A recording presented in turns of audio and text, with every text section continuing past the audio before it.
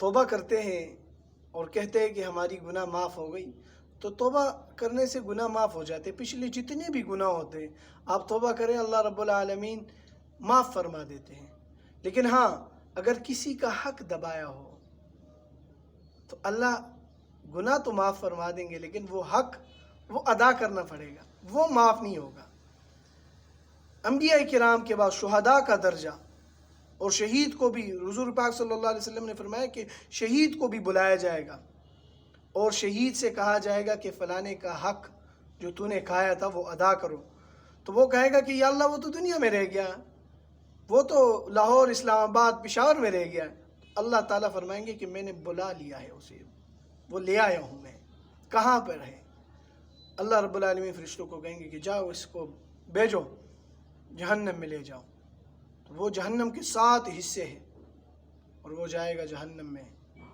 وہاں سے جو منافقین کے لیے جو سب سے نچلا درجے کا حاویہ، وہاں پر اسے لے جایا جائے گا، اور وہ جو پرائے حق اس نے کھایا تھا وہ اٹھائے گا، اور جو ہی کنارے پر پہنچے گا تو وہاں سے اللہ تعالیٰ دھکا دلوائیں گے، وہ واپس چلا جائے گا، گر جائے گا، وہ واپس لینے کے لیے چاہے۔ یہ شہید کے ساتھ ہوگا یہ معاملہ۔ تو اگر جو آدمی عام آدمی ہو، اس کا پھر کیا حال ہوگا؟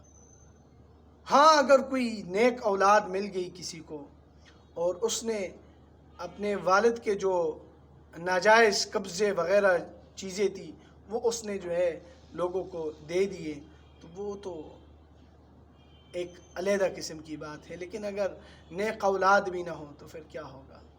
کیونکہ لوگ جو ہے وہ سمجھتے ہیں کہ بھائی یہ جو کر گیا ہمارے ابا نے، بس یہ اچھا کام کر گیا، دوسروں کا حق ہمیں دے دیا۔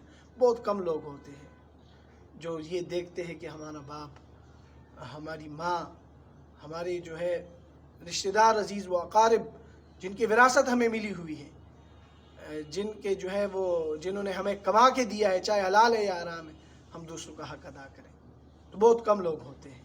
تو لہذا اپنی زندگی میں دوسروں کا حق ادا کریں، اور جو لوگ جن کے اولاد کو پتہ ہے کہ ہمارے والدین نے یہ کچھ کارنامے کیے ہوئے ہیں، تو ان کو چاہیے کہ اپنے والدین کی طرف سے ایک تو استغفار کریں، دوسرا وہ حق ادا کریں۔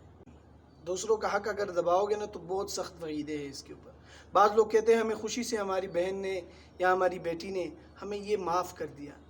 میں نے کہا کہ بھائی تم جا کر انہیں نقد پیسے تو دو نہ، جا کے اگر آپ اس کا 10-12 لاکھ روپے آپ کے ساتھ حصہ بن رہے تو جا کے دو اور کہو بہن مجھے معاف کر دے، یہ مجھے دے دے، میری ضرورت ہے۔ تو کیا وہ معاف کرے گی؟ نہیں کرے گی۔ آپ نے ادا ہی نہیں کی، وہ اوپر زبانی آپ کو کہہ دے کہ بھائی میں نے معاف کر دیا، لیکن دل اس کا خوش نہیں ہے۔ وہ اس لیے کہہ رہی ہے کہ میں بھائی میرے ساتھ رشتے ہی چھوڑ دے گا، لیکن اس کا حق تھا، یہ آپ نے اس کو دینا ہے۔ تو میرے بھائیوں دوستوں، اپنی بہنوں کا حق ادا کریں۔